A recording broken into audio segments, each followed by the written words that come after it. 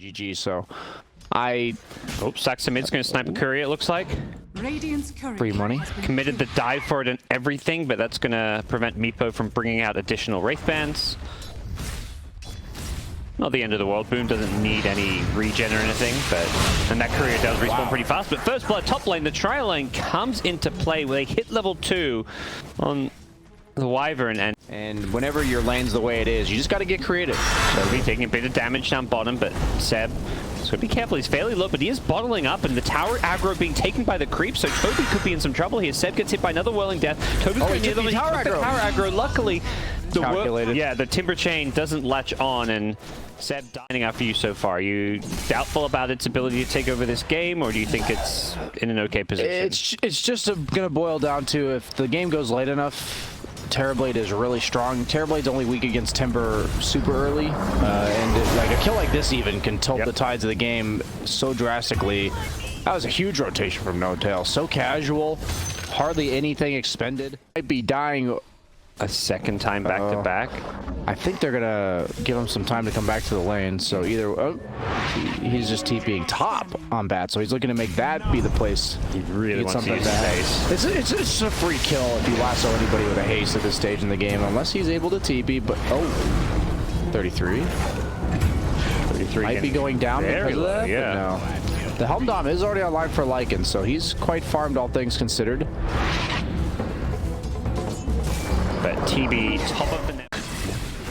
The fact it can work on Ancients is fantastic for those kind of moments like we just saw. Toby getting dove at bottom, but here comes Shad TPing in. Boots of travel on set, but he's been chased down by a Lycan. Out, so he's gonna get chased. He has to just keep stacking up those stickies during the retreat. So actually, last Shad. Okay. That's not how that one's meant to go, PSG. At least not according to Shad. Played pretty much 1v5 in a game that looked really ugly, like they were down but almost the entire time. And it was because I believe Na'Vi at the time had no burst damage, and that's what makes Terrorblade difficult to play. In this game, Viking GG just doesn't really have that. As we see, Seb kind of just has free reign of the map with these lassos he's getting to use off cooldown. Just finding all of these heroes that are farming. I think Viking is under the impression in the draft that they were going to be allowed to farm against OG. Kind of an odd swap back. Aramis could be the next hero in trouble. But Maz Arena going to catch 3 as well. This is perfect from 33. We haven't seen much from him, but he shows up to the perfect fight. The swap being protected as well. No Tail with the swap to pull him away. Nice swap. And Toby gets hit by the X stun. Should be going down with the Timber Chain out, though. He might be okay. There is a dive from Saxa, but he doesn't tier 1 tower is going to go down. Yeah. By the way, Saxa maxing out Sunray, just a 1 point in Fire Spirits. Not happening, right? They gave him a good matchup mid. Maybe Viking GG was the one that gave the good matchup. Lasso's coming off cooldown again. Seb kind of just says, this is my territory, I do what I want with it. As there's 3 Radiant heroes here, and he just kills one. Well, and Sunray also effective when heroes are being called Embrace. They're just standing still to set that one up. There's no real counterplay. Even with the ensnares on Seb, the Centaur stun, can they actually go on the bat right? He gets swapped back to safety.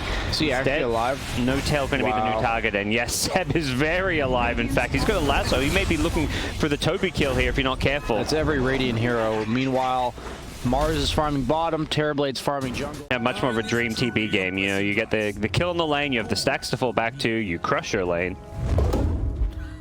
But they're going to smoke. Metamorphosis just came off cooldown. They've taken the T1 mid already, so we'll see where they look to go. Mars hasn't gone for a fast blink, so 33 just all in on the initiation. I'm not exactly sure like what objective on the map there is for them, other than just a straight up kill. It appears they're going to just go for the kill. They got the butt spear. The tower was a little bit too far, but they'll get the kill anyway. Toby. Oh, the Metamorphosis illusion in the camp. That was the value. He left it there knowing the Timber Chain was going to happen. Indeed. Covering all retreat paths since then, but I'm under the impression that as this game goes on, Lycan just does absolutely nothing to Terrorblade. As we see a blink lasso. Pulling Toby with the Metamorph damage. It's going to be close. Doesn't look like they've got this kill. Winter's Coast on the backlines. Unfortunately, that does not catch Sumail. Sumail needs a sun attack. He's got an easy one with the Meepo. Meepo just runs into that one, and Sumail says, thanks for the help. Yeah, I'll take that. Appreciate the full heal, sir. As he also gets the Necro book. said, is already done super early. It makes sense against Meepo Lycan to rush a butterfly like this. For all the people wondering, hey, I've never seen that before, I'm going to do that. Well, these heroes can't buy MKB because all of their summons as well as clones are the ones that are going to be missing no matter what. So it makes sense that the opponent happens to have 2 right-click cores that cannot buy MKB. Whoa, Toby scouts out Roche with a Timber Chain on through, but he's now being speared back into the pit. They're ignoring him for now. No, Sumail's going to change targets, start right-clicking away on him, but does switch back to Roche, and they're keeping vision of this. The Wyvern flying on in, but Sumail wants this Roche with the Sunray heal. He should have it. Wyvern's trying to steal it. Celery. He now just gets focused instead and brought down by Seb's magic damage. Sumail will claim the Aegis with ease as another spear back onto Toby. 33 doing a great job of just zoning them away from this Roche pit, and that Helm Creep will be claimed by Sumail. Another plus 200. 33 is my new favorite Mars player. That's for Vikin. I just really don't know. I think the only hope they have is by maybe cursing the Terrorblade inside of his own illusions, so he kills himself. But that also has to do with the butterfly, because you can miss yourself. Yeah.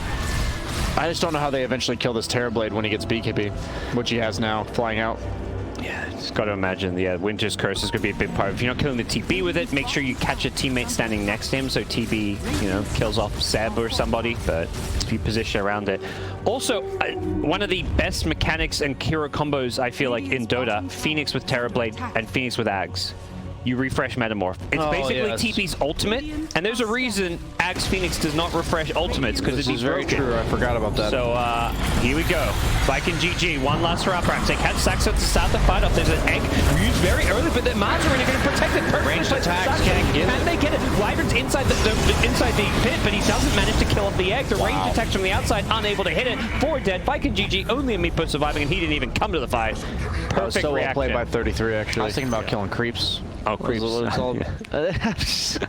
Spoken like a try. You're an off-lane player now. You don't hit creeps. I'm in A, though. Brendan. That's true. Yeah, I have to say. Positions 1 through 4, they're all hitting their creeps.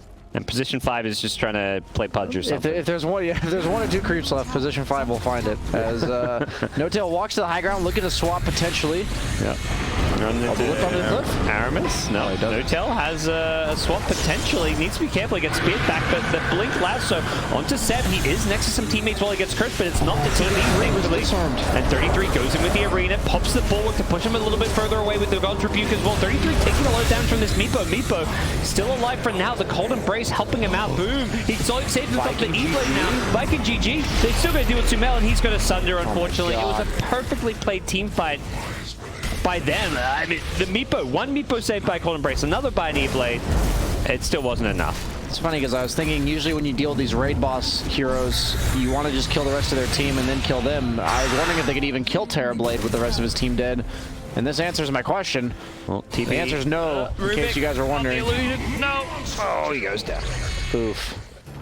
And Sumail. And he just TP'd out. Illusion Rune bot there. He's got a clarity too for the Terrorblade, so I say that, but Sumail has a regen thanks to the Aegis expiring, so no longer is it applicable.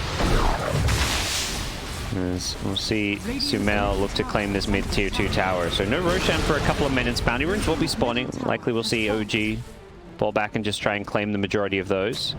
Or they just go through in the high ground. They've got Metamorph, and Phoenix's Axe is online, so you've kind of got a double Metamorph here, depending on how you want to use the egg. Often you may just want to try win a team fight off of it and not mess with the TB and allow him to still right-click during it. But that's a easy tier 3 tower. That bonus range coming into play from the Vengeful Spirit, allowing the TB just to sit back and wail away. The Lycan going in from the side is going to find 33. 33 in some trouble here, but he's going to Sunray heal and just runs outside of his own arena to save himself. And the Winter's Curse coming in, but the egg's already being used. Lycan dying here. The Sunray from the egg. It's the Death Star just raining fire from above. And meanwhile, Sumail and the TB is just, well, you can't ignore this guy. He's going to take your base. This is a second lane of racks being claimed. I'm learning on Mars against heroes like Wyvern and any taunts, it's really good to just use your Bulwark in the fight, because when he gets cursed with his teammates, he's not hitting them, because during Bulwark active, you're disarmed. So it's kind of interesting to see that Wyvern thinks he's getting this 3-man curse, and it's not actually doing anything. How does the Bulwark work against the Winter's Curse, right? Like your TB's ranged attacks? Would it reduce them? Any chance of that? I'm not sure, actually. That would be an interesting mechanic. Yeah, I can check that after the game. Sumail charging forward as we start to see the end of game one, you've got to imagine. Sumail still has a Sunder who's being chain stunned here. They'd love to kill him off, but for the ages, oh no, Sumail, he gets the Sunder. No. And boom, well, Not like this. the Sunray onto the Cold Embrace. It should be able to bring down this Meatbug. It does, and he's got no buyback. I don't see a way out of this game other than what Vikin GG just did. They typed those last two letters of their name. They GG'd out, and OG have dominated game one. I think this game was a story of two hard farmers in the mid lane, both of which were the win condition for their team. And past the laning stage, one team had